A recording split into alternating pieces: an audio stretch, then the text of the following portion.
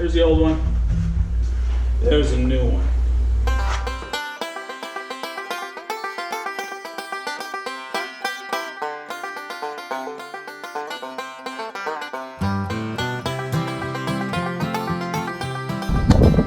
Okay. So when we process chickens, the chicken crates go right here, and then their killing cones are right here. So we have 6. This is how they look. They're just held on with 3 screws. This one has a smaller cone that I made that comes in, catches underneath this, and clips in place like that with the zip ties, just to make the bottom smaller. Let's go inside where it's not windy. Let's turn these lights on. Okay.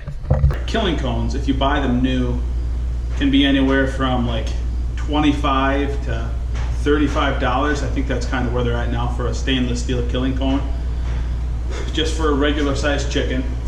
So I decided to make some. We're using, I believe they're 10-gallon totes, 10 or 15-gallon totes, or barrels. My brain is everywhere today.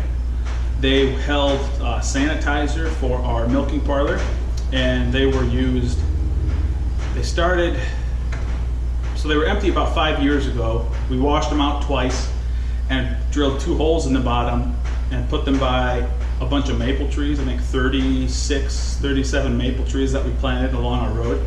Then we would fill those twice a day, and they would slowly seep out water into the soil. And it worked really good.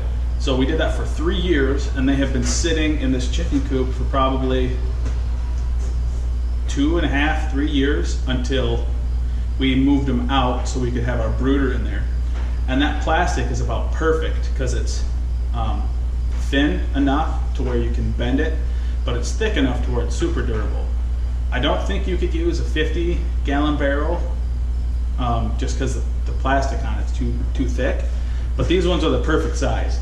So I made killing cones out of them. I just got paper, taped 4 sheets of printer paper together, cut it into what I thought I would need, cut one out.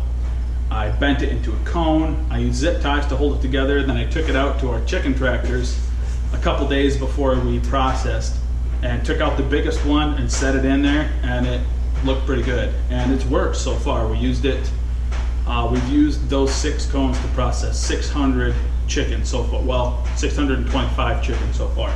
We did 25 for someone. An issue I'm having with them is that they're all the same size. So if I get a really big rooster in there, it will often, well, it doesn't flop out. What I have to do is I have to hold the legs so it doesn't flop out, which takes a lot of time.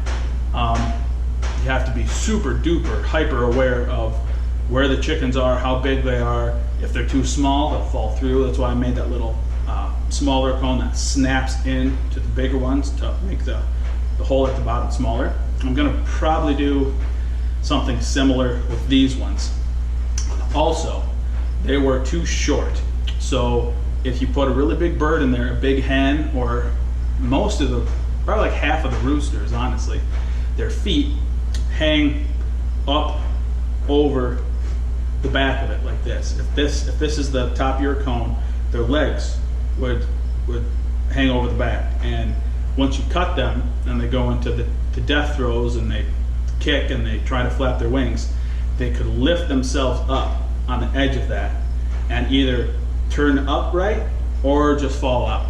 And so that only happened a couple times, but I have to hold their feet so that they don't flop out. So there's more barrels over there. I have my handy dandy jigsaw that I bought to make the first killing cones. That's come in handy a lot. And I'm cutting them so that the bottom diameter is identical, but I'm just making it taller. So here's the killing cone. I should have just grabbed this to begin with. Here's the cone. You can see it's just held together with 3 zip ties, and then it's held on to the board with 3 screws. That looks like a pretty small hole, but when you have a small hen, which if you have, like we do, if we process 300 chickens over the course of 2 days, I might have 20 hens that are small enough to where at least their front wings will come through this. And if they fall through the bottom of this, then they land in the blood trough, and that's messy and that goes everywhere. So, like I said, what we're doing is making this, the top part, about that much taller. So I took one of these extra ones that we have. We have 6 on there. I think I made 10. So this is an extra one. I took these zip ties off, and wow. So this is basically what it is, right? So this would be on the side of a barrel, right? The barrel's about this big, and so you just stencil this on the side of the barrel, and I just extended this part up, so it's like about that big. So quite a bit bigger, and it's just big enough to fit on one of those barrels. If you made them a little smaller than the new ones I'm making, you could fit 2 on a barrel. I have lots of barrels, and they're not useful for holding water because they have holes in the bottom. So I'm just making them a little bit bigger, so I'll just be getting 1 out of each barrel. The ones you saw out there, like I said, they've been covered in blood, and they clean up really good. So yeah, super easy way to make them. I'll show you what we have out there, and then we might talk a little more, I'm not sure. You want to see our birds? Look how pretty these are. Oh, look at that. How gorgeous is that? It is a small one, 4 pounds. We averaged about a little over 5.5 pounds on both of our batches so far, but they look really slick. I like it. So, there we go, we're kind of out of the wind. These are the barrels. Like I said, let me get an exact size for you guys. This is 9, if that's 3, then that's 3. Yeah, these are 15-gallon barrels. So this is the new cone, quite a bit bigger. We'll bring it back inside where it's less windy. There's the old one.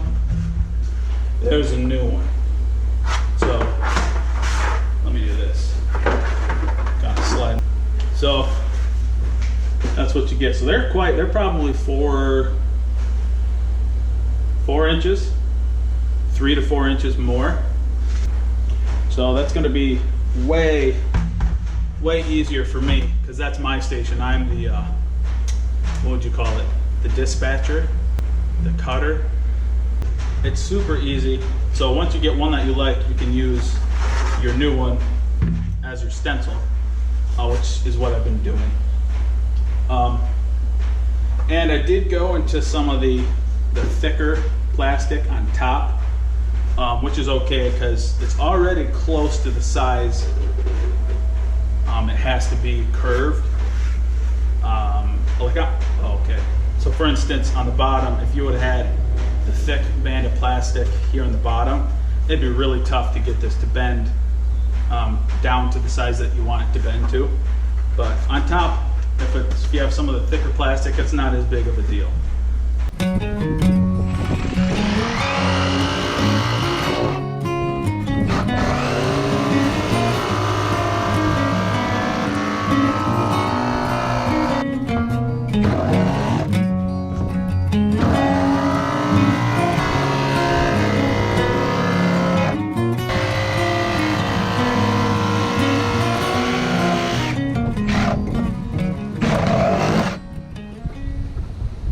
I just come in here at the end,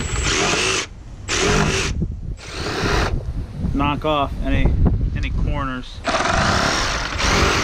just so if someone's reaching up in the cone, they don't scrape their arm.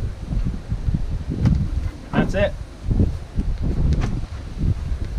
Some spider webs on there, a little bit of algae, but I mean, That's your killing cone. Super simple.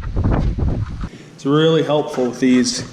Depending how big you make them, you might need like a torch to bend or to loosen up the plastic a little bit to make it go in. That's super duper helpful if you have these guys. Some type of clamp. If you have 2 of them, that's perfect. So the way I do it, I'm going to take the small end first. Lined up, it's pretty tough.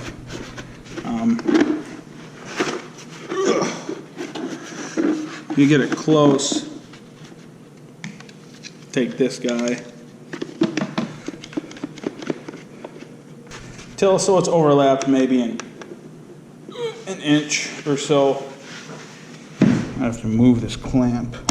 All right, so that's overlapped maybe 3/4 of an inch or an inch right there. So you take your other clamp on this end, slide it right over, maybe push it a little more, there we go.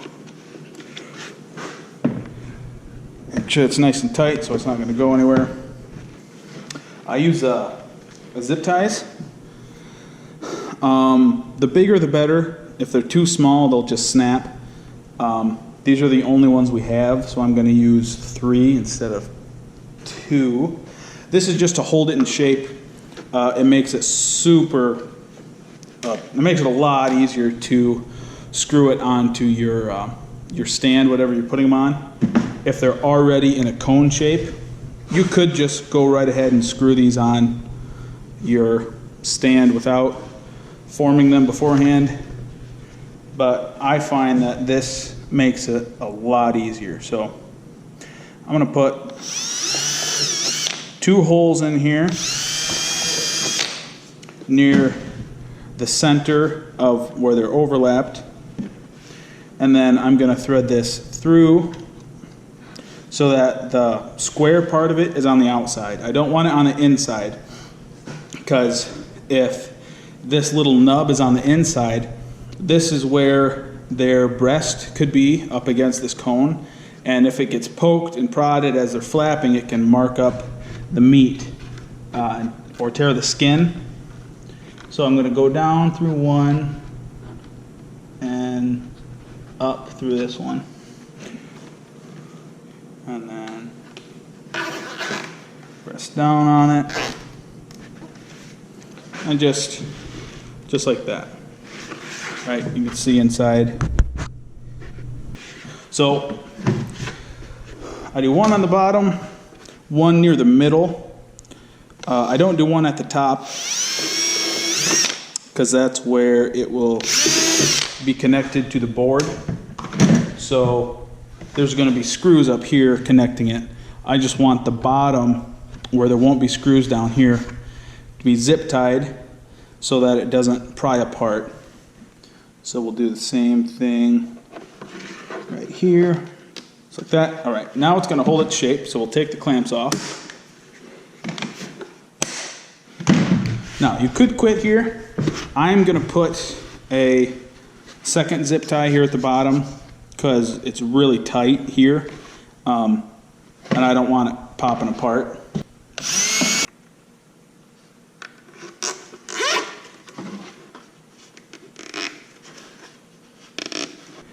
Just go snip those off. See that little, that's super sharp, and that could cut you open. So I'm going to take, I have this knife sharpener here, but also works as a sander. It's like a little work sharp sander.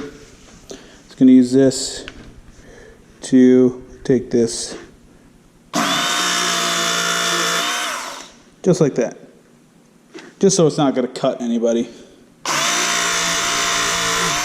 Super quick.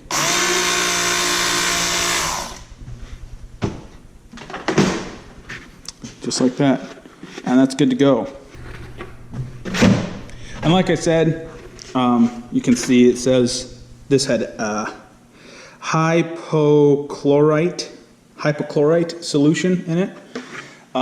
It did 5 years ago.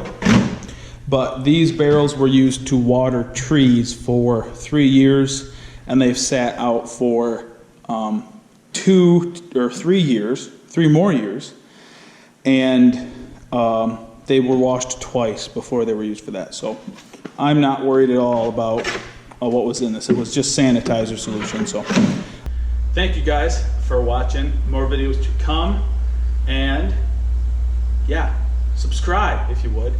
And did you know, by this time we probably have a video on the channel, the one that I posted a couple videos ago, that's at 2,000 views. That's crazy, guys.